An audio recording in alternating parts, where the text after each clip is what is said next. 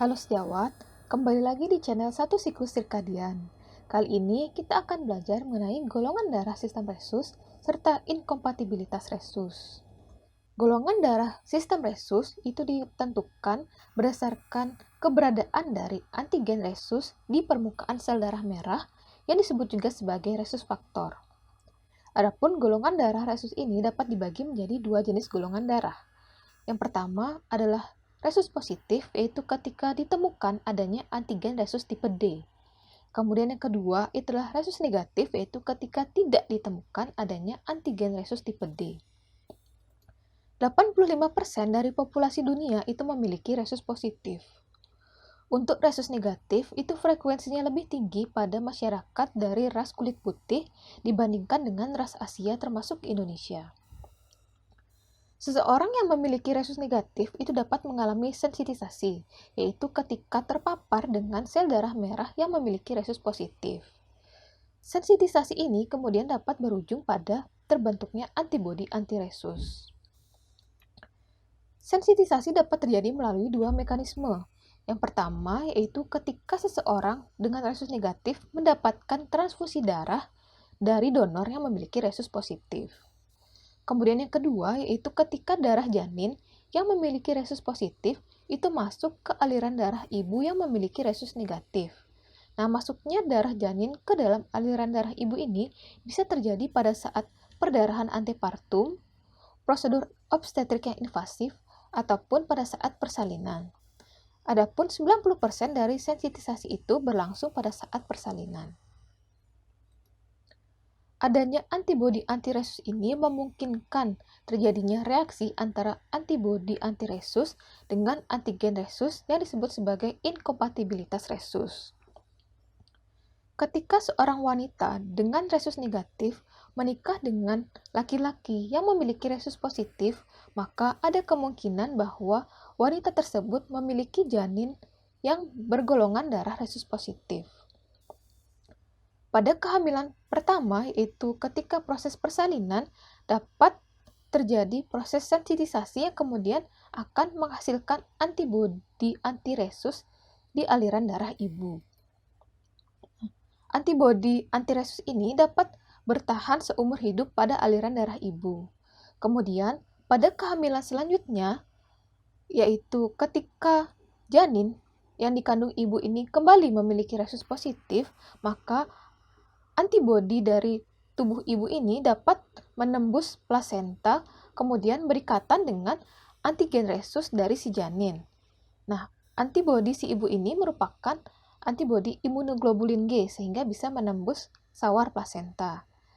Setelah antibodi antiresus ibu berhasil berikatan dengan antigen resus di permukaan sel darah merah janin, maka selanjutnya tugas dari makrofag untuk menghancurkan sel darah merah tersebut sehingga terjadilah yang namanya hemolisis atau pemecahan sel darah merah. Hemolisis kemudian akan menyebabkan pelepasan hemoglobin. Lebih lanjut lagi, hemoglobin perlu dipecah atau dimetabolisme menjadi bilirubin. Bilirubin kemudian mengalami proses konjugasi, yaitu pengubahan dari unconjugated bilirubin menjadi conjugated bilirubin, di mana proses ini berlangsung di hepar. Selama proses kehamilan, bilirubin yang dibentuk di tubuh janin itu dapat ditransfer ke tubuh ibu melalui plasenta, untuk kemudian tubuh ibu yang melakukan konjugasi serta eliminasi bilirubin tersebut. Ketika janin tersebut lahir, maka kemampuan konjugasi serta eliminasi bilirubin itu bergantung sepenuhnya pada kemampuan hepar janin. Adapun pada neonatus itu kemampuan konjugasi serta eliminasi bilirubin itu masih belum begitu matur, sehingga terjadilah yang namanya penumpukan bilirubin atau hiperbilirubinemia yang patologis yang merupakan bagian dari penyakit hemolytic disease of newborn atau HDN atau disebut juga sebagai erythroblastosis fetalis. Gambaran klinis yang bisa ditemukan pada erythroblastosis fetalis adalah berupa ikterus atau jaundice yang merupakan hasil dari hiperbilirubinemia. Kemudian bisa juga ditemukan anemia hemolitik normokromik normositer. Pada pemeriksaan fisik dapat ditemukan adanya hepatomegali serta splenomegali yang merupakan tanda dari terjadinya extramedullary hematopoiesis atau pembentukan sel darah merah di luar sumsum tulang. yang mana terjadi karena adanya kebutuhan dari produksi sel darah merah yang melebihi kapasitas dari sumsum tulang untuk memproduksi sel darah merah tersebut. Adapun gambaran berat dari hemolytic disease of newborn adalah berupa hydrops fetalis, yaitu anemia berat yang disertai dengan adanya gagal jantung, edema, ascites, serta efusi perikardium. Selain inkompatibilitas resus, inkompatibilitas ABO itu juga bisa menjadi etiologi atau penyebab dari hemolytic disease of newborn. Sehingga kita perlu membedakan antara inkompatibilitas resus ini dengan inkompatibilitas ABO. Dari sisi frekuensi, inkompatibilitas ABO itu lebih umum ditemukan dibandingkan dengan inkompatibilitas resus. Kemudian, jika dilihat dari golongan darah ibu dan janin, maka pada inkompatibilitas resus itu terjadi ketika ibu bergolongan darah resus negatif memiliki janin dengan golongan darah resus positif. Sementara inkompatibilitas ABO itu terjadi apabila ibu bergolongan darah O memiliki janin dengan golongan darah A atau B. Jika dilihat dari kehamilan yang terdampak, maka pada inkompatibilitas resus itu terjadi dimulai dari kehamilan kedua. Sementara itu, pada inkompatibilitas ABO itu bisa terjadi sejak kehamilan pertama. Kenapa demikian? Karena pada inkompatibilitas resus, ibu itu belum memiliki antibodi anti-resus ketika kehamilan pertama. Karena 90% dari proses sensitisasi itu berlangsung pada saat proses persalinan. Sehingga pada kehamilan pertama, tubuh ibu itu belum memiliki antibodi anti-resus. Sehingga tidak bisa terjadi yang namanya inkompatibilitas resus. Sedangkan pada inkompatibilitas ABO, sejak awal ibu tersebut telah memiliki antibodi anti-A maupun B. Sehingga sejak kehamilan pertama itu sudah bisa terjadi yang namanya inkompatibilitas ABO. Berdasarkan berat penyakitnya, maka hemolytic disease of newborn akibat inkompatibilitas resus itu memiliki gambaran yang lebih berat jika dibandingkan dengan inkompatibilitas ABO.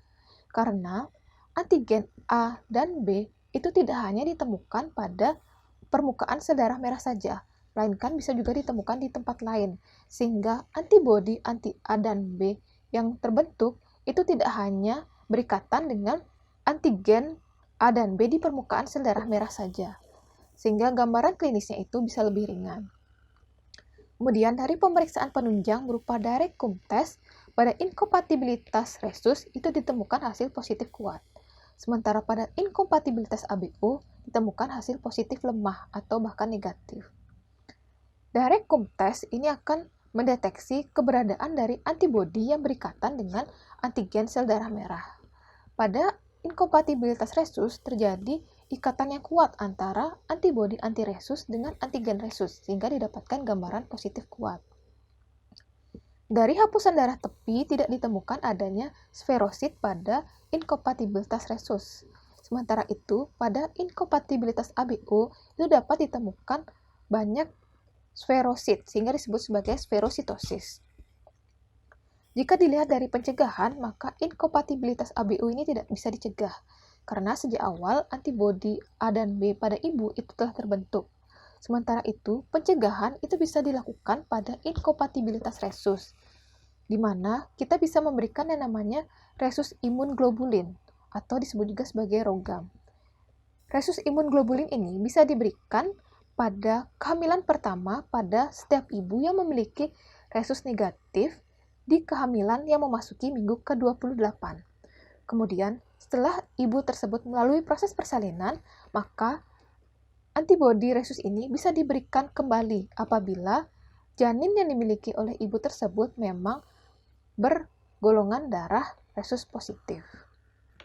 Baik, sekian pembahasan mengenai golongan darah resus serta inkompatibilitas resus. Semoga bermanfaat.